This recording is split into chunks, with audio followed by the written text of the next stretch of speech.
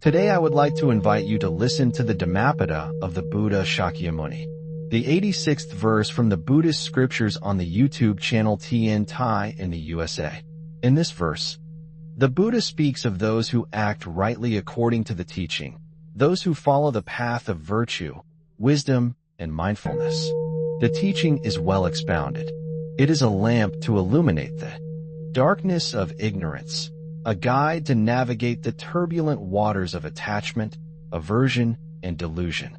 Those who heed this teaching are like a boat that crosses the great river, leaving the shore of samsara behind. They reach the beyond, nibbana, the state beyond suffering, the cessation of craving, the transcendence of all passions. The journey to nibbana is not easy. It is described as hard to cross because it requires constant vigilance, the quieting of restless desires, the letting go of habitual attachments, and the cultivation of deep insight into the nature of reality. To act rightly means to align one's thoughts, words, and deeds with the principles the Buddha has taught. It is not merely a matter of outward conformity, but the inward harmonization of one's mind. The steady practice of mindfulness, compassion, and moral discipline. Each right action, each kind thought, each word spoken without deceit, adds weight to the raft that will carry the practitioner across the flood of defilements. The story related to this verse can be found in the accounts of the Buddha's life and the teachings he gave to his disciples. In one instance, a group of monks approached the Buddha and asked how one could be certain of reaching the end of suffering.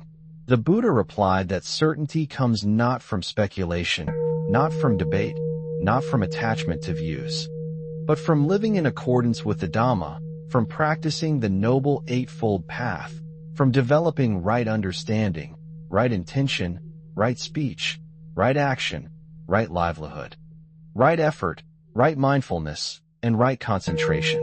Those who cultivate these qualities are said to reach the beyond. Their hearts are no longer carried away by anger, greed, or delusion. They walk in freedom, experiencing the calm joy of liberation. This calm is profound. It is not dependent on circumstances, wealth, reputation, or the approval of others. It arises from the serene mastery of the mind. The Buddha likened the mind of one who has attained this state to a clear lake, reflecting reality without distortion, unaffected by wind or rain. In our daily lives, we can see the teaching of this verse reflected in the practice of moral discipline. The Buddha advised his followers to abstain from killing, stealing, lying, and engaging in misconduct. These precepts are the foundation of right action. To act rightly means to cultivate kindness, generosity, and integrity. It means to live in a way that does not harm others and does not harm oneself. Each time we refrain from anger in a moment of provocation, each time we choose patience over irritation, we are crossing a small portion of the river of suffering. Each time we resist the urge to deceive or exploit, we strengthen the vessel that carries us beyond passion. It is through these repeated acts of mindfulness and compassion that the mind gradually becomes purified. The clarity that arises allows one to perceive the impermanent nature of all things, to understand that clinging leads to suffering, and to cultivate detachment without indifference, compassion without expectation, and wisdom without arrogance. The 86th verse also emphasizes that the journey is not solitary in the sense of isolation, but rather, it is supported by the cultivation of community, guidance, and reflection. Just as a traveler benefits from a map and a teacher, a practitioner benefits from the wisdom of the Buddha, the examples of enlightened disciples, and the company of those who live in harmony with the Dhamma. The Buddha's words often illustrate this principle through stories in which disciples who were diligent in their practice and mindful of the teaching overcame temptations, subdued anger, and eventually achieved liberation. One such story recounts a monk who was faced with great hardship, ridicule, and threat, while others might have been swayed by fear or resentment, this monk maintained right action. He continued to practice generosity, patience, and meditation. Over time, the mind that was once unsettled became calm. The heart that once harbored subtle attachments became free, and the monk experienced the profound joy of liberation. This story, like many in the Pali Canon, emphasizes that liberation is not granted by external powers, by wealth, or by coercion, but by the diligent practice of right action in accordance with the teaching. The teaching further suggests that reaching the beyond, nibbana, is the crossing of the realm of passions, which is difficult because passions are subtle, persistent, and often disguised. Greed may appear as ambition or desire for security. Anger may appear as frustration or disappointment, and delusion may appear as attachment to views or opinions. The practitioner must learn to see these clearly, neither clinging to them nor suppressing them with force, but observing them with awareness, allowing them to dissolve naturally. It is through such mindfulness that the mind gradually becomes steady, the heart gentle, and the spirit free. Acting rightly involves consistent awareness, understanding the cause and effect of actions, cultivating wholesome qualities, and relinquishing the roots of suffering.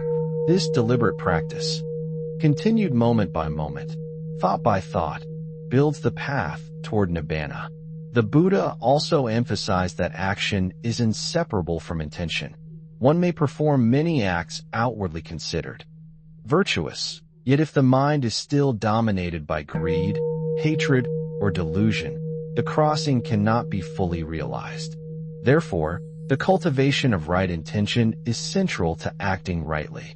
When intentions are wholesome, words are truthful, and deeds are compassionate, they form a harmonious field from which the mind can attain clarity and liberation. Over time, these qualities lead the practitioner across the turbulent currents of craving and aversion, allowing one to experience freedom from suffering. The DHAMMAPADA verse calls attention to the fact that liberation is not given, but earned through effort, insight, and persistent practice. Moreover, the 86th verse illustrates the enduring nature of the Buddha's teaching. Though centuries have passed since his enlightenment, the Dhamma remains well expounded, clear, and practical. Its guidance is as relevant today as it was in ancient times. The practitioner who sincerely follows the teaching, who acts rightly, will encounter obstacles yet continue to persevere. Life's challenges serve as opportunities for practice. The mind, like a field, is cultivated with diligence. Every act of mindfulness, generosity, patience, and ethical conduct enriches this field, making it fertile for the arising of wisdom and compassion. Through such practice, liberation is gradually approached. The path described by the 86th verse is therefore comprehensive. It encompasses moral discipline, the cultivation of mindfulness, the development of insight, and the steady overcoming of desire, hatred, and delusion.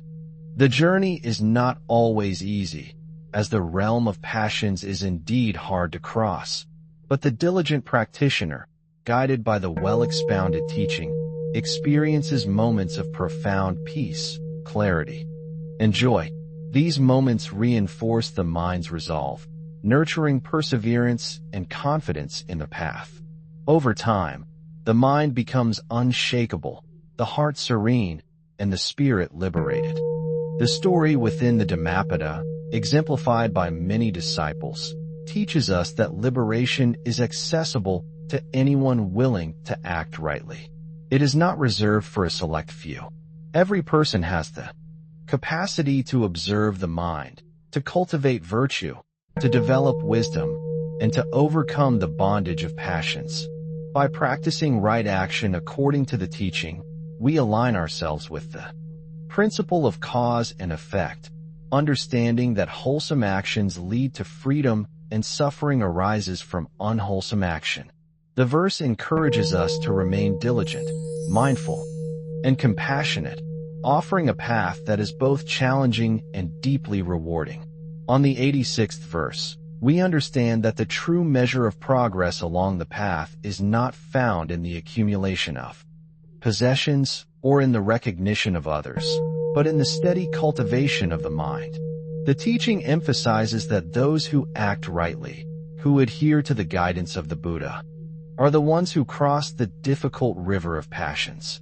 This crossing is symbolic of the arduous task of overcoming the subtle and persistent tendencies of desire, aversion, and delusion. Desire may appear in the longing for pleasure, comfort, or approval. Aversion may manifest as irritation, resentment, or judgment towards circumstances and others. Delusion may be hidden in attachment to ideas, clinging to identity, or failing to see the impermanence of all things. Those who act rightly recognize these tendencies as obstacles and develop methods to observe, understand, and release them. The Buddha illustrated this principle with countless stories of his disciples. One such account tells of a monk who had been practicing diligently but faced repeated provocations from his companions and the community around him. He experienced anger and frustration, and yet he did not allow these emotions to control him.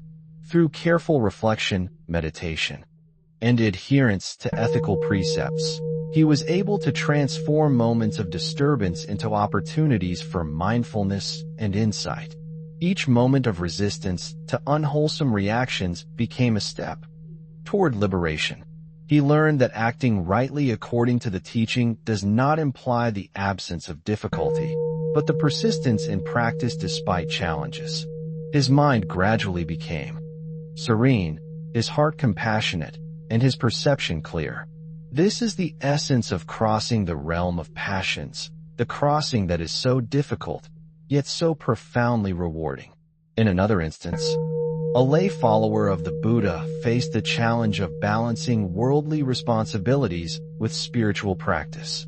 She experienced attachments to wealth, reputation, and social connections. These attachments often led to subtle forms of craving, even when she acted with good intentions. The Buddha instructed her to develop discernment, to recognize which actions and desires were wholesome and which led to suffering. By cultivating mindfulness and focusing on actions that were guided by compassion and wisdom, she gradually reduced her attachments. Over time, the restless desires that had once dominated her mind began to settle, and a quiet joy arose within her heart. This illustrates that the crossing of passions is not a single act, but a gradual process of repeated observation, right action, and wise reflection. The teaching further explains that the well-expounded Dhamma provides guidance for every stage of this journey. Right speech, right action, and right livelihood form the foundation of moral conduct. They protect the practitioner from harmful deeds and cultivate virtue. Right effort, right mindfulness, and right concentration develop the strength and clarity necessary to observe the mind deeply. Right understanding and right intention allow the practitioner to see clearly the nature of suffering and the means to transcend it. By consistently practicing these aspects of the Noble Eightfold Path, the practitioner learns to navigate the turbulent waters of the mind and gradually approaches the state of nibbana, the cessation of suffering and the ultimate liberation. The 86th verse also teaches that external powers, whether they are natural circumstances, other beings, or imagined threats, cannot overcome the person who has mastered their own mind. This was demonstrated by the many disciples who faced external hostility or challenging conditions, yet maintained unwavering practice. Their minds were not shaken by praise or blame, gain or loss, honor or humiliation. They cultivated the internal qualities of patience, compassion, and mindfulness, understanding that the true source of happiness and liberation resides within. When one acts rightly according to the teaching, one's mind becomes like a still lake, reflecting reality as it is without distortion. The power of such a mind is immense, and nothing external can overturn it. The Dhammapada also underscores the necessity of continuous effort. Crossing the realm of passions requires vigilance, just as a traveler crossing a deep and treacherous river must constantly attend to the currents. Each moment of mindfulness, each act of ethical conduct, each meditation session strengthens the practitioner's ability to remain undisturbed. Conversely, neglect or heedlessness allows the currents of desire, aversion, and delusion to pull one into suffering. Thus, diligence, perseverance, and consistency are vital. The Buddha compared this practice to tending a garden. Weeds of unwholesome habits must be removed regularly. Seeds of wholesome qualities must be nurtured continuously, and the soil of the mind must be cultivated with care to allow wisdom and compassion to flourish. Moreover, acting rightly according to the teaching involves the integration of moral, meditative, and wisdom practices into every aspect of life. One's speech must be truthful, gentle, and helpful. One's actions must avoid harm and promote the well-being of others. One's livelihood should be honest, ethical, and non-exploitative. One's effort must be persistent, applied not only in formal meditation but in everyday tasks. One's mindfulness should be constant, attentive to each thought, feeling, and perception. One's concentration must be steady, allowing the mind to rest in clarity and calm. One's understanding should be accurate, seeing the impermanent, unsatisfactory, and non-self nature of all phenomena. One's intention should be wholesome, guided by compassion and the desire to benefit others. The cultivation of these qualities is the practical method by which one crosses the difficult realm of passions. The 86th verse also reminds practitioners that nibbana, the beyond, is not a distant or abstract concept, but a living reality experienced through diligent practice. It is the state in which the mind is no longer swayed by greed, hatred, or delusion. It is a state of profound peace, clarity, and freedom. Those who act rightly according to the teaching experience glimpses of this reality in daily life. Even small acts of ethical conduct and mindfulness bring relief from suffering and insight into the nature of reality. These glimpses reinforce confidence and commitment, motivating continued practice. Over time, as right action, right thought, and right mindfulness accumulate, the practitioner moves steadily toward the full realization of nibbana. Furthermore, the Buddha's stories emphasize that support and guidance are essential. Practitioners benefit from the company of those who follow the path, from teachers who exemplify the teaching, and from the Dhamma itself as a constant guide. Interaction with wise companions strengthens one's resolve, provides clarification, and helps maintain focus. Yet the ultimate responsibility lies with the individual. Liberation cannot be given. It must be earned through persistent effort, insight, and the cultivation of wholesome qualities. Each practitioner must observe their own mind, act rightly, and cross the river of passions with diligence and discernment. The story of the Buddha and his disciples offers many examples of this principle. One disciple faced ridicule, slander, and temptation, yet by observing the mind and acting rightly, the disciple overcame internal agitation. Another disciple confronted personal fear and anxiety through meditation and mindfulness, gradually realizing the freedom that arises from the cessation of craving. These stories illustrate that acting rightly according to the teaching is not merely a moral prescription, but a dynamic, living process of transformation. The mind becomes purified, compassion arises naturally, and insight deepens. The difficult crossing of the realm of passions becomes possible because of the continuous practice of right action, right thought, and right mindfulness. As we draw our reflection to a close, let us remember the profound wisdom contained in the 86th verse. The Buddha teaches that liberation, Nibbana, the crossing beyond the realm of passions, is attained by those who act rightly according to the teaching. This is a path open to all, yet it requires dedication, mindfulness, and the persistent cultivation of virtue, insight, and compassion. To act rightly is to harmonize thoughts, words, and deeds with the Dhamma, to cultivate ethical conduct, to speak truthfully and kindly, to act with generosity and patience, and to nurture wisdom and understanding. Each step taken with diligence, each act performed with mindfulness, each thought held with clarity and intention strengthens the mind and gradually frees it from the bonds of craving, aversion, and delusion. The realm of passions is difficult to cross because it is subtle and persistent. Desires and attachments can appear harmless yet bind the mind. Anger and resentment can arise suddenly. Delusions can veil the true nature of reality. Yet the Buddha's teaching illuminates the path. The practitioner learns to observe these tendencies without being carried away, to respond with clarity instead of reactivity, and to cultivate inner freedom in every moment. Stories from the Buddha's life and the lives of his disciples illustrate that even in the midst of challenge, suffering, or temptation, a mind committed to right action and grounded in the well-expounded teaching remains unshaken. The calm, the insight, and the compassion that arise from such practice are the proof of progress toward liberation.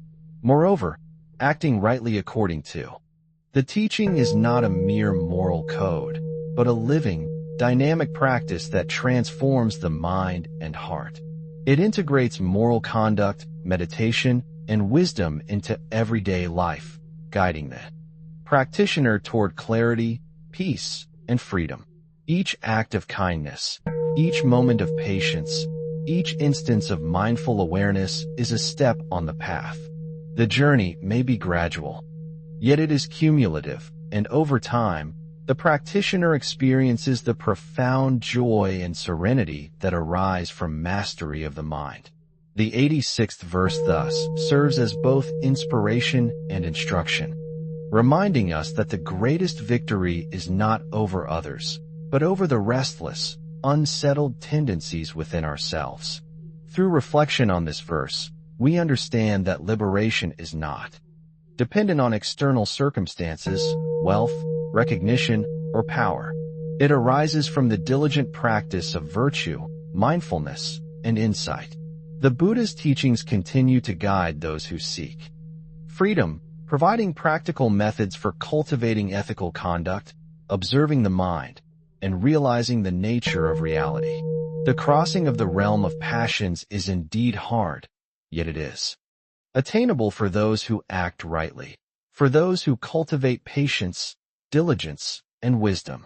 By following the teaching, the practitioner gradually attains a mind that is calm, clear, compassionate, and free, walking steadily toward the ultimate liberation of Nibbana. As we end this Dharma reflection, let us remember to bring these teachings into our daily lives.